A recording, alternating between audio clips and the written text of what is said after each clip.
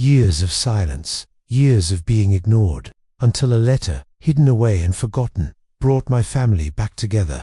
My name is George Whitmore, and I've been living in Bath for most of my 78 years. It's a city where the streets still carry the whisper of centuries, where the old stone buildings seem to breathe in the morning mist, and where every corner reminds me of a memory I can't quite let go. From my kitchen window, I can see the spire of St. Michael's rising above the rooftops, and if I lean out just enough, I can catch the faint hum of the River Avon as it rolls along.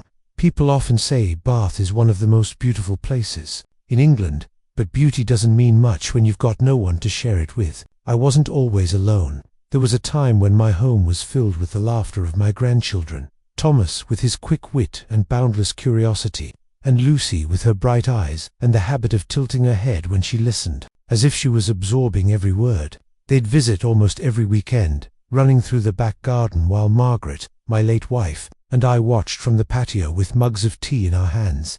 In the spring, Lucy would help Margaret plant tulips along the fence, and Thomas would kick a football around until he knocked over the flower pots. We'd laugh, Margaret would pretend to be cross, and life felt like it would always be that way. But life has a way of changing without asking for your permission. The first shift came when my son, David, got a job offer in Bristol. At first, it wasn't much of a problem, just a 40-minute train ride, and they still came around often. But then, 2 years later, David's wife got an opportunity in Sydney, Australia. Just for a few years, they said. We'll be back before you know it. I smiled and wished them well, but deep down, I knew that when people move that far, life rearranges itself in ways that make coming back much harder. When they left for Sydney, I stood at Heathrow Airport, waving goodbye as Thomas and Lucy pressed their hands against the glass. They were only 11 and 8 at the time. I told myself that with modern technology, the world wasn't so big anymore, that I'd see them on video calls, that I'd watch them grow even if I couldn't hold them. And for the first year, that's how it went. Sunday afternoons meant a call from Australia, with Thomas showing me the cricket bat he'd been practicing with, and Lucy reading me something she'd written at school. I even learned how to send emails. Not bad for a man who still struggles to find the on button on a new television. But as the years rolled by, the calls became less frequent. At first, it was because of schoolwork, then sports, then just busy with life. Granddad. I understood, or at least, I told myself I did. Teenagers have their own worlds, and grandparents don't always fit into them. Still, I sent birthday cards every year, carefully writing in my neatest handwriting, and tucking in a £20 note. I never knew if they actually got them. The thank you calls stopped. The emails became one-line replies, and sometimes there was no reply at all. When Margaret passed away in 2015, I thought maybe they'd call more. She had been the glue that kept the family together, the one who remembered every detail, who made sure the phone lines stayed warm. But her funeral came and went without them there. They sent flowers, which arrived a week late and wilted in the box.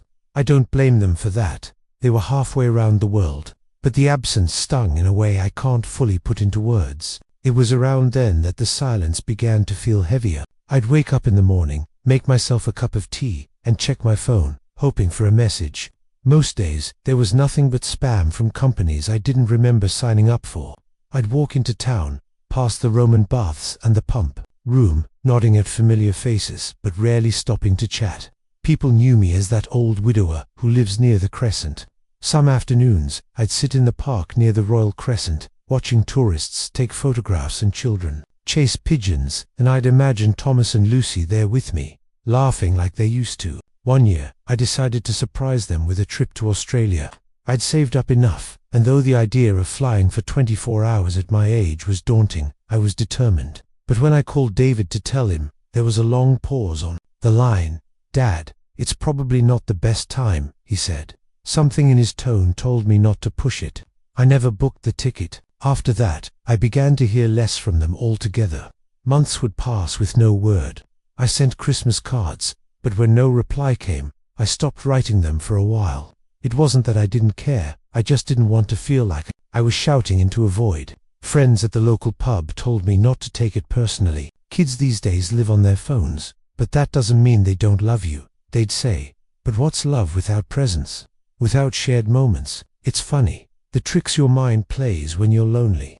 I started thinking, I must have done something wrong. Maybe I'd said something to offend them. Or maybe I wasn't the kind of grandfather they wanted.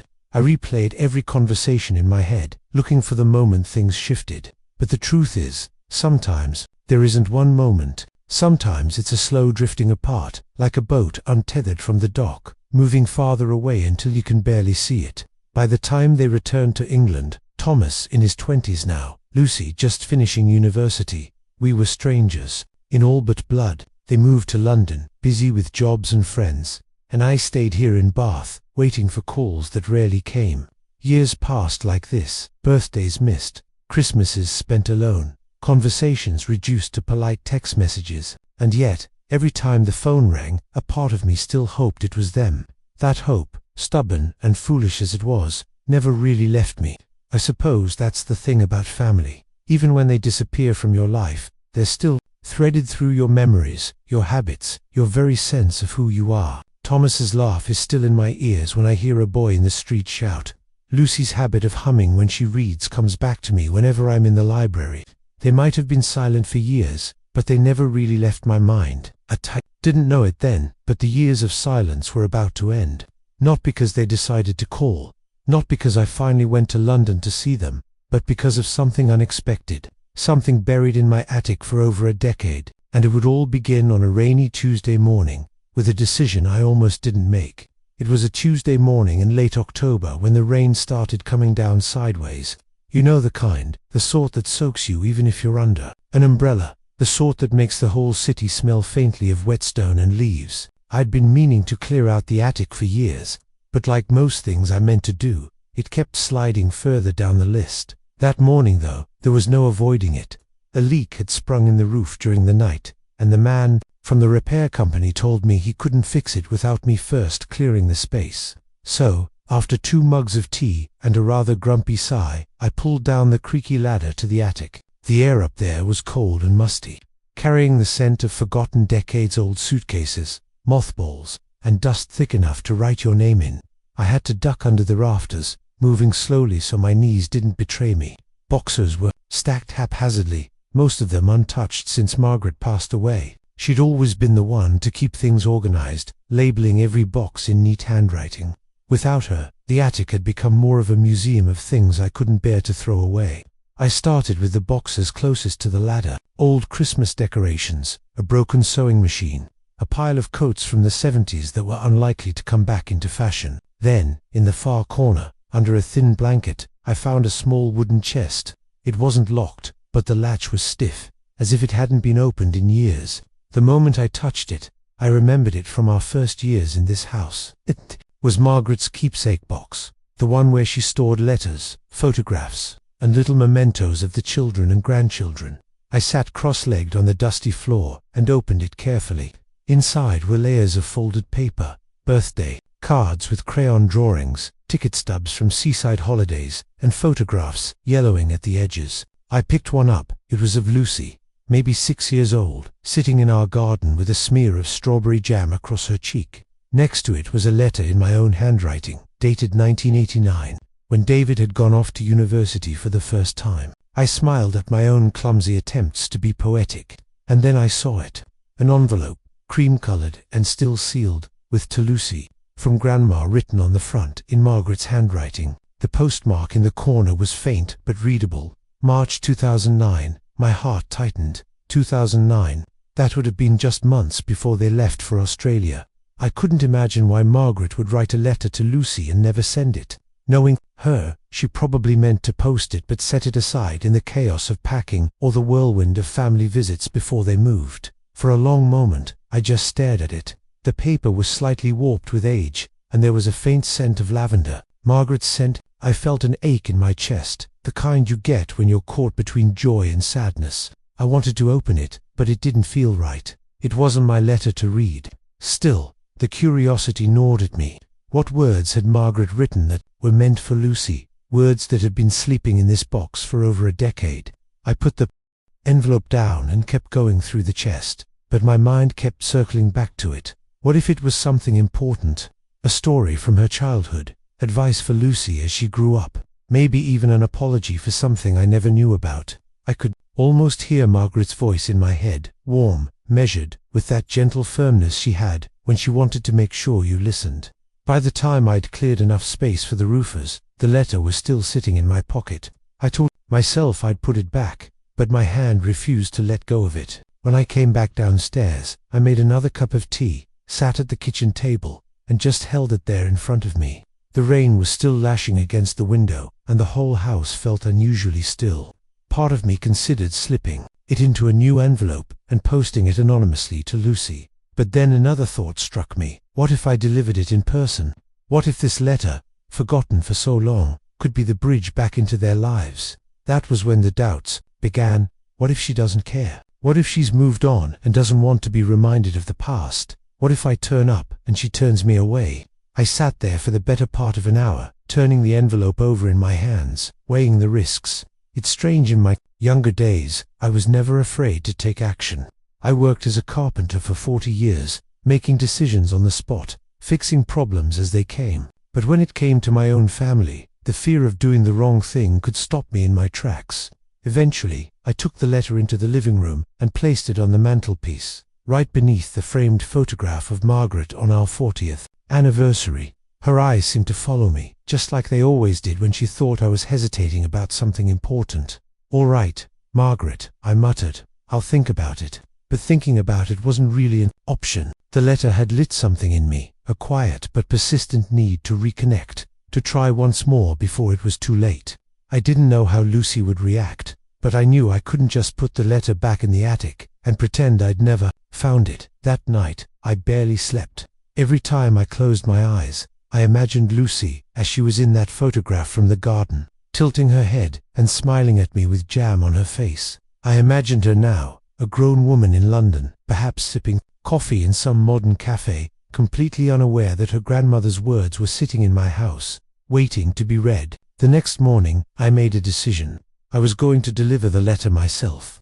I didn't have Lucy's exact address, but I knew Thomas was in London too, and I had his number, though I hadn't used it in years. I'd start there. If he refused to help, I'd find another way. What I didn't realize was that the journey to deliver that letter would bring me face to face with far more than just my grandchildren. It would bring me face to face with the truth about the years we'd lost, and it would all begin the moment I stepped onto that train. I didn't open the letter, but just having it in my hands felt like unlocking a door I hadn't dared to touch in years. It was as if Margaret had reached out from the past, not only to Lucy, but also to me, pulling me back into moments I thought I'd neatly stored away. The lavender scent clinging faintly to the paper, her scent was enough to send me spinning into memories. I saw her again, clear as daylight, sitting at the old oak table in our kitchen. It was late afternoon in March 2009, I remembered because the daffodils had just started, poking through the soil in the garden.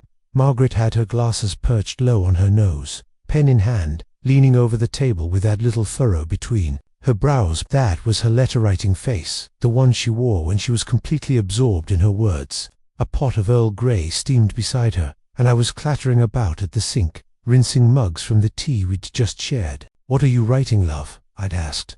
"A little something for Lucy," she'd replied without looking up. "I want her to have this before they go to Australia." I didn't pry. Margaret had a way of making even the simplest sentences sound like they carried the weight of the world. I assumed it was one of her sweet letters, the kind filled with stories from her own childhood and gentle advice wrapped in humor. She always believed words could build bridges.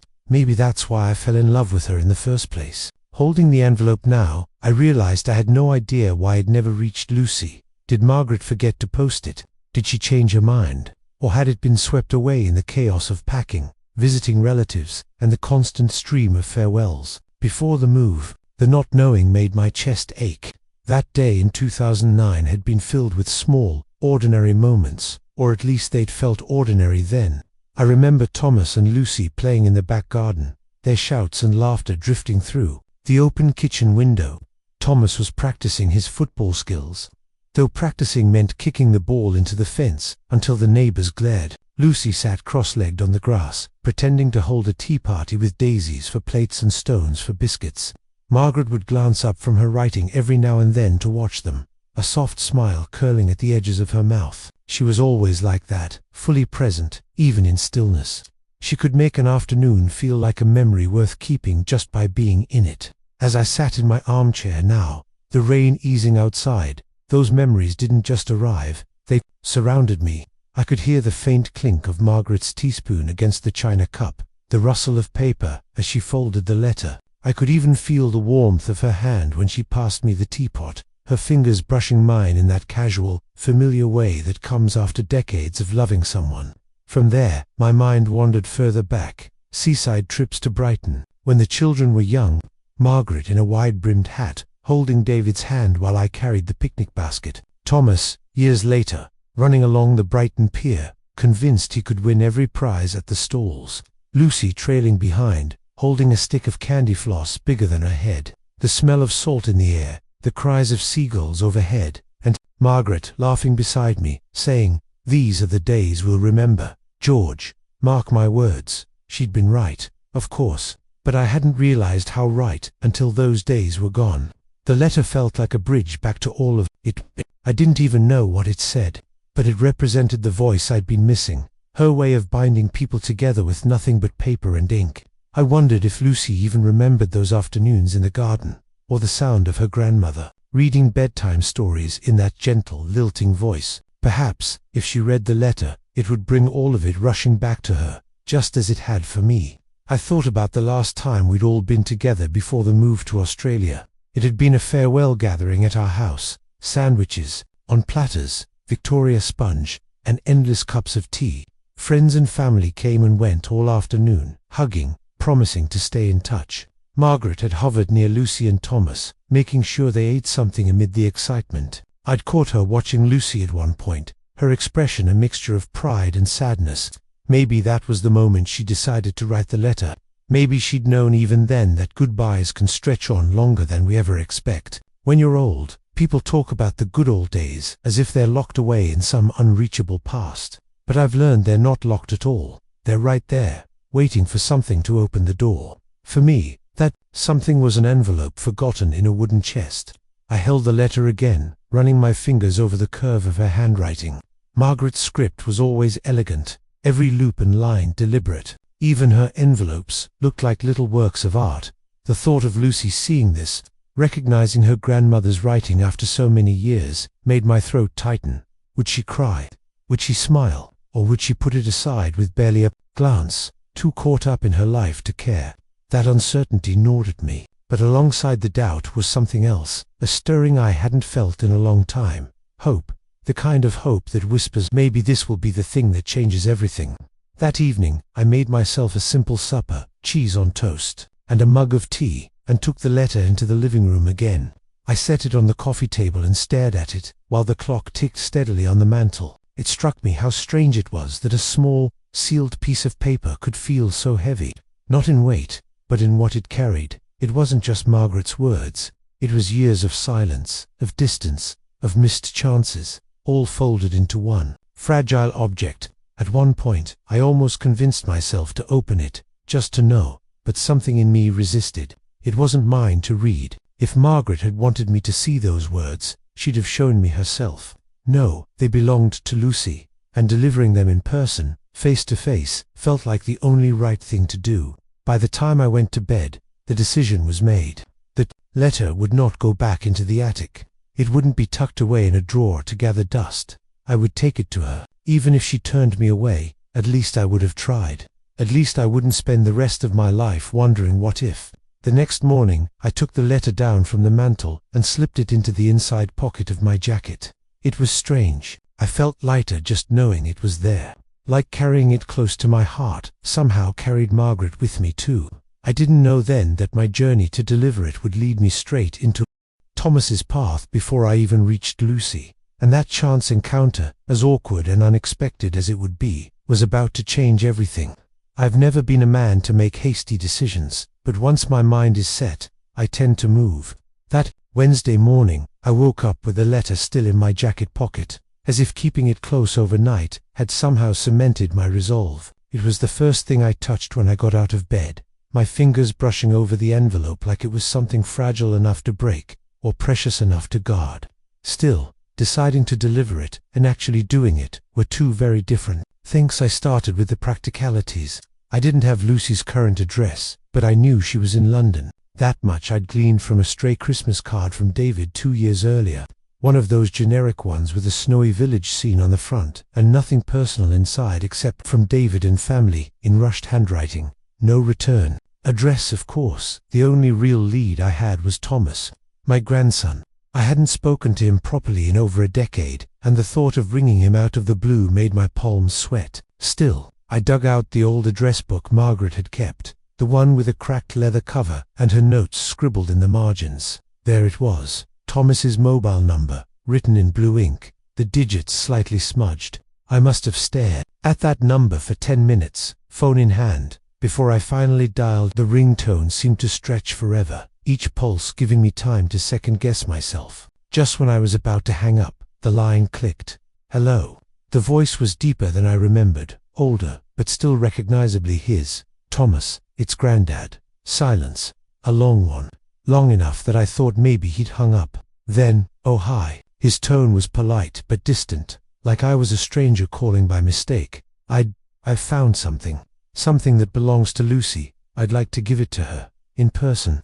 Another pause, and I could almost hear him weighing whether this conversation was worth continuing. What is it? A letter. From your gran. From before you left for Australia. That caught him off guard. I could hear the shift in his breathing. Gran, but he didn't finish the sentence. We both knew what he meant. She'd been gone for years. Yes, I said softly. I found it in the attic. It was meant for Lucy. He didn't say yes, but he didn't say no either. Instead, he told me Lucy lived in Camden Town, and that she was busy most days. Then, almost reluctantly, he added, if you're coming to London, maybe I could meet you first. It wasn't much, but it was more than I'd expected. The next step was booking the ticket. I hadn't been to London in years, not since Margaret and I took the train for a weekend away in our 60s. She'd loved walking along the South Bank, stopping at second-hand bookstalls, and having coffee in little cafes where the tables were too small for the plates they served. Going back without her felt like crossing into enemy territory. Familiar streets but missing the one person who made them matter. I walked down to Bath Spa Station that afternoon and bought a return ticket for Friday. The young man at the counter offered me an electronic ticket, but I insisted on the printed kind. There's something about holding the paper, feeling the edges, tucking it into your wallet. It makes the journey real before it's even begun. Back home, I tried to plan what I'd say when I saw them. How do you bridge a gap of more than 10 years in a single meeting? Do you start with, I've missed you, or why did you disappear? Do you pretend the distance didn't happen, or do you dive straight into the wound? I rehearsed a dozen different openings in my head, all of them sounding awkward. I polished my shoes that night, not that I thought they'd notice, but because it mattered to me to look presentable. I even went into town the next day and bought a new wool coat, dark navy, with deep pockets. The old one was fine, but Margaret had always told me, if you want someone to take you seriously, wear something that makes you feel worth looking at. I figured this was one of those times. The letter stayed in the inside pocket of my jacket. I checked it at least twice a day, as though it might vanish if I didn't. Sometimes, I'd take it out just to run my fingers over Margaret's handwriting. Every time I did, I felt the same mix of hope and fear. On Friday morning, I left the house earlier than necessary. The air was crisp, the sky low and grey, the sort of weather that makes you grateful for a scarf. I walked slowly to the station, past the bakery where Margaret used to buy our Friday loaf, past the florist where she'd stop for a bunch of tulips in spring. Every shopfront felt like a memory. At Bath Spa Station, I found my seat by the window. As the train pulled out, the city I'd called home my whole life slid away, replaced by rolling fields and clusters of autumn trees. My reflection in the glass looked older than I felt, lined, yes, but still carrying the same eyes that had watched those children play in the garden so many years ago. The journey to London was quiet. I didn't bring a book. I wanted my mind clear, but of course, it wasn't clear. It was full of questions. Would Thomas actually show up? Would Lucy want to see me at all? What if this letter wasn't the miracle I was imagining, but just another reminder of how far apart we'd drifted? Still, beneath the worry was a flicker of something I hadn't felt in years. Purpose. For once, I wasn't just waiting for life to happen to me. I was going to do something, even if it didn't work out. By the time the train rolled into Paddington Station, I could feel my heartbeat in my throat. The place was just as I remembered, the glass roof arching high above, the smell of coffee mingling with the metallic temps of train tracks, the constant murmur of travelers weaving around each other. I stopped for a moment near the statue of Paddington Bear, partly to catch my breath, partly because Margaret had loved that little bronze bear. We'd taken a photo there once, her holding my arm, laughing at how ridiculous we looked, posing next to a children's book character. I pulled out my phone and sent a short message to Thomas, here, at Paddington. No reply. I started to think he might have changed his mind, that I'd end up wandering London alone, letter in pocket, looking like a fool.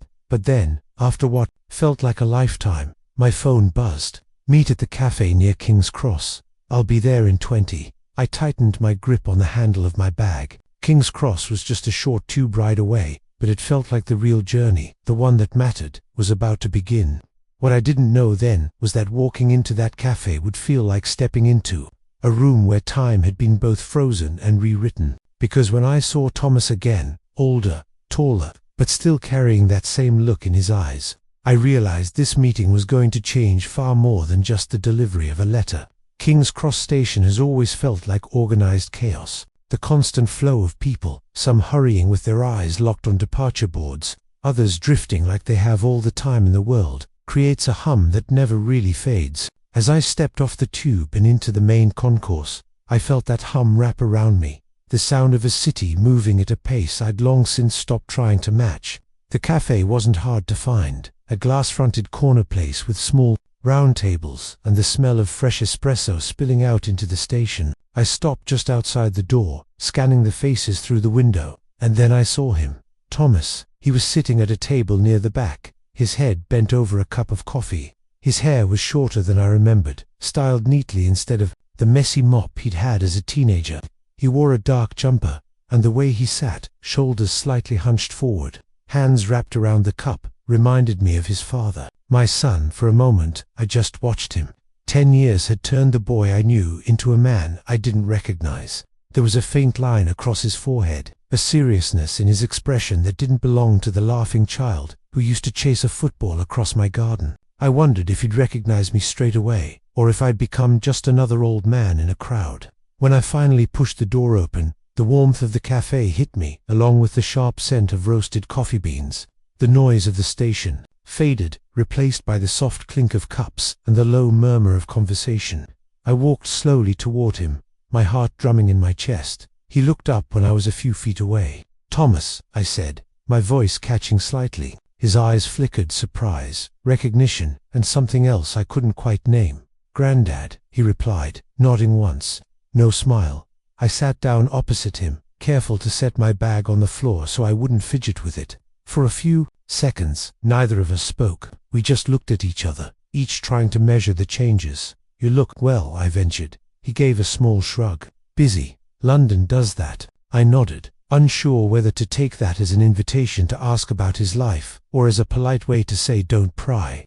The silence stretched until I finally reached into my coat pocket and placed the letter on the table between us. His eyes fell to it immediately. "That's it?" he asked. "That's it," I said quietly. "From your gran. Written for Lucy. I found it in the attic last week." He didn't touch it, but his gaze lingered on the envelope like it carried more weight than paper should. "You haven't read it?" I shook my head. "It's not mine to read." There was another pause, and then he leaned back in his chair. "You came all the way to London just to give this to her?" "Yes," I said simply, "and to see her. If she see me." Thomas's expression shifted, not quite softening, but not as guarded. "It's been a long time, Grandad, I know." My voice cracked, despite my best efforts. "Longer than I ever wanted." He took a sip of his coffee, his eyes still on the letter.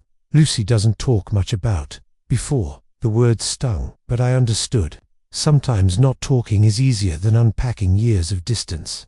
I tried to read his face, searching for a sign that he might want to bridge the gap. "Would you give it to her for me?" I asked. "Or better yet, could you take me to her?"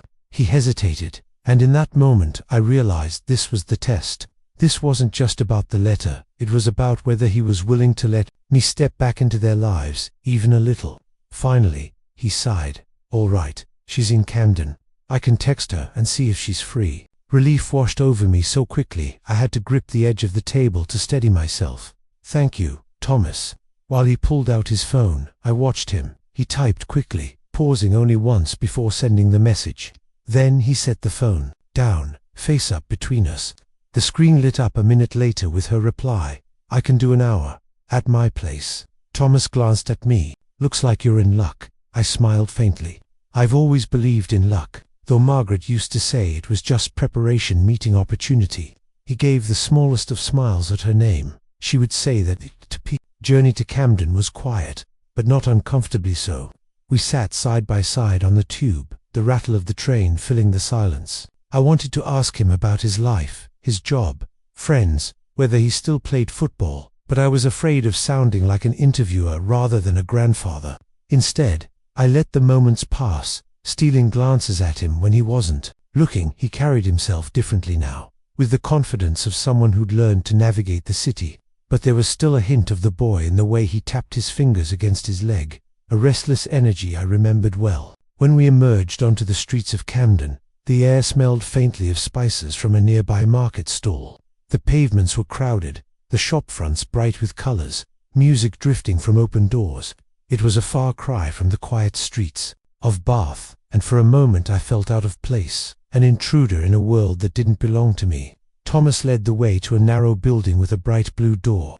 "She's on the second floor," he said. As we climbed the stairs, my heart began to race. I had imagined this moment so many times. Lucy opening the door, the look on her face when she saw me, the way her voice might sound saying my name.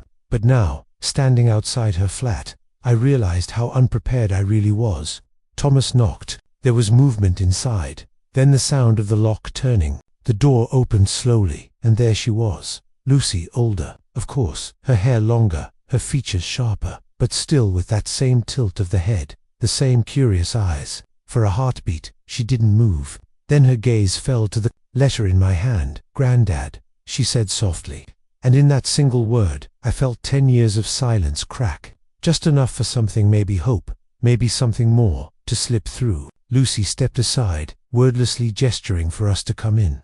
Her flat was small but warm, a single living space with a worn sofa, a low coffee table, and plants lined along the windowsill.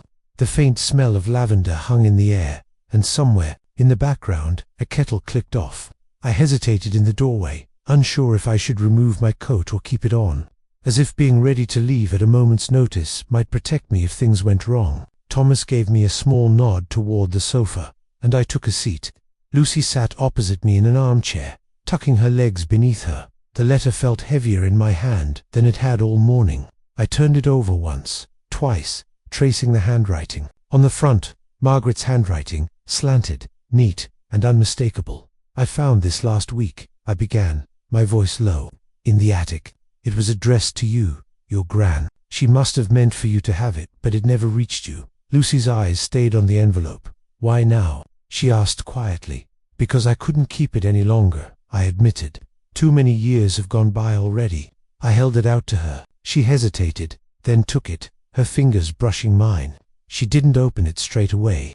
Instead, she stared at it for a long moment, as though she was weighing whether she wanted to hear what was inside. Finally, she slipped a finger under the flap and broke the seal. The sound seemed impossibly loud in the small room. She unfolded the paper slowly, smoothing it on her lap before beginning to read silently. Her eyes moved across the page, and with each line, her expression shifted, a faint smile, a tightening of her jaw, a blink that lingered too long. Thomas leaned forward slightly, his brow furrowed, as though he too was trying to read her reactions. After a minute, she stopped, her gaze fixed on the bottom of the page. Then she looked up at me. "Do you want to hear it?" she asked. "Yes," I said, my throat dry. She cleared her throat and began reading aloud. Margaret's voice seemed to echo in the room through Lucy's, carrying warmth and a kind of matter-of-fact tenderness that had always been her way. "My dearest Lucy, if you're reading this, it means time has slipped past me quicker than I hoped. I want you to know that you've always been in my thoughts, even when life kept us apart. Family is like a garden. Sometimes weeds grow between the flowers, but that doesn't mean the roots aren't still connected. Don't let distance make you believe you were ever unloved. You are part of us. Always." Lucy's voice faltered on the last word, and she stopped reading.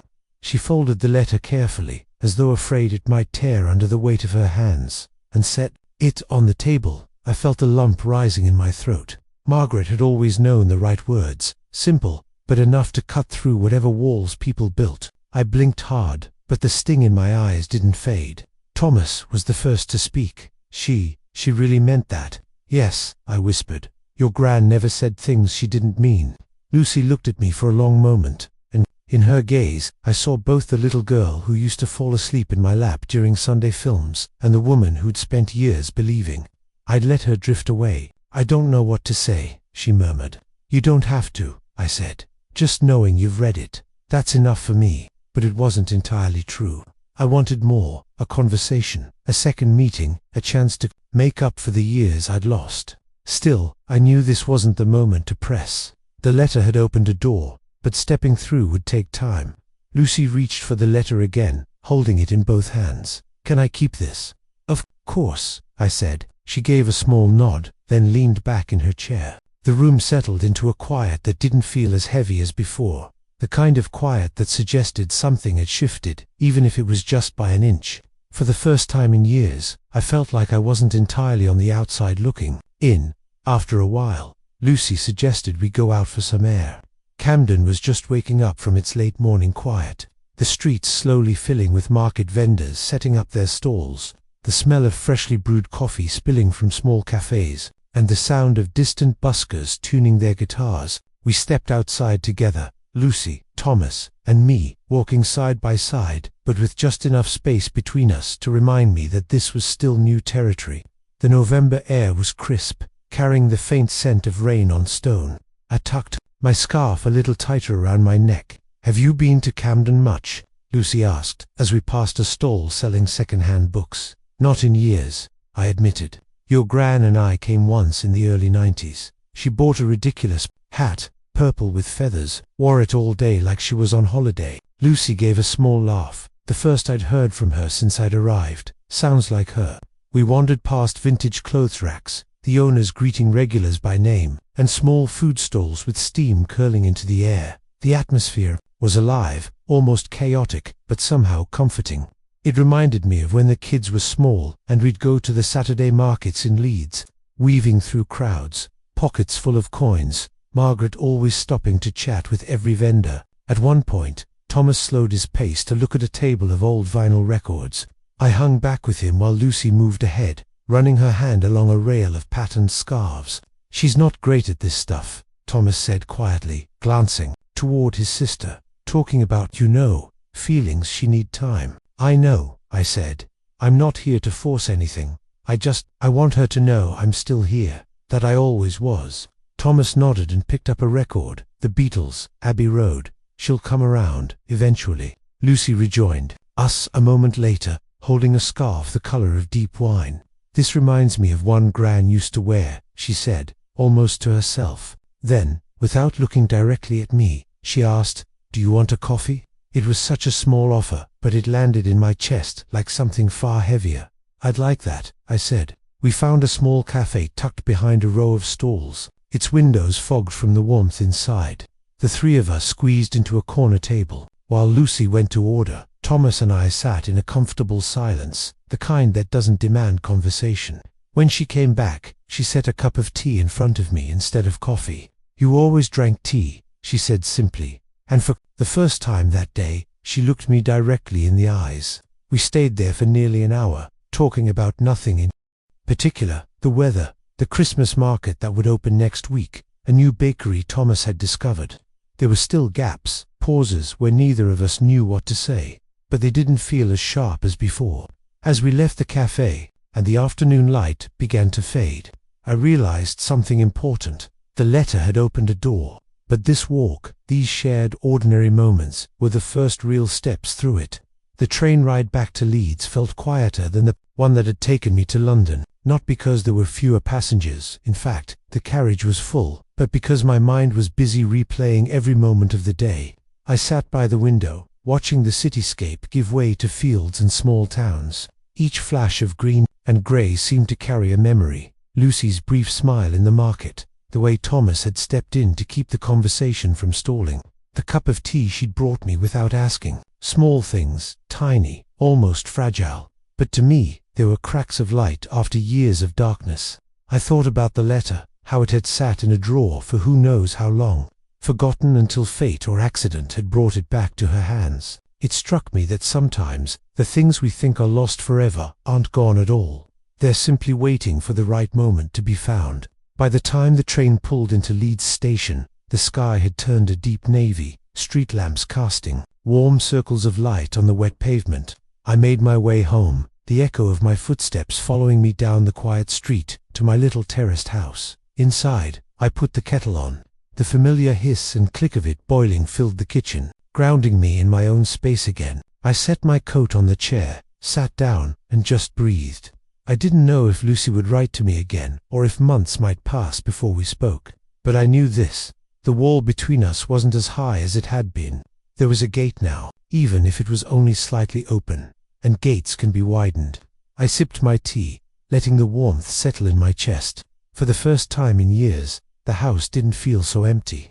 There was a thread between us again, thin, but real, and I intended to hold on to it with both